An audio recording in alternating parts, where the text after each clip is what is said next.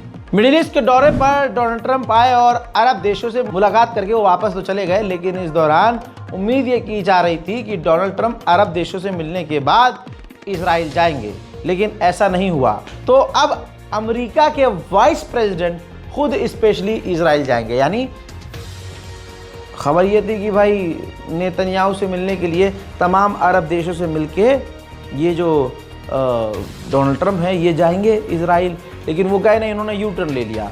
लेकिन इजराइल नाराज़ भी ना हो जाए, इसलिए अमेरिका के वाइस प्रेसिडेंट खुद नेतन्याहू से मिलने इजराइल जाएंगे। हमारे लिए ये खबर रोज़ की आम हो गई है, इस वजह से अब हमें कुछ बड़ा नहीं लगता। लेकिन सोचिए, एक संस्था के UNRWA के जो कार्यकर्ता हैं, 300 कार्यकर्ताओं को, इंटरनेशनल ऑर्गेनाइजेशन के 300 वर्कर्स को इजराइल गज्जा में अब तक कत्ल कर चुका है। इजराइल ने पता है पिछले 24 घंटे में क्या किया? पूरे गाजा में ग्राउंड फौज भेज दी, यानी ग्राउंड ऑपरेशन शुरू किया जैसा उसने कहा था।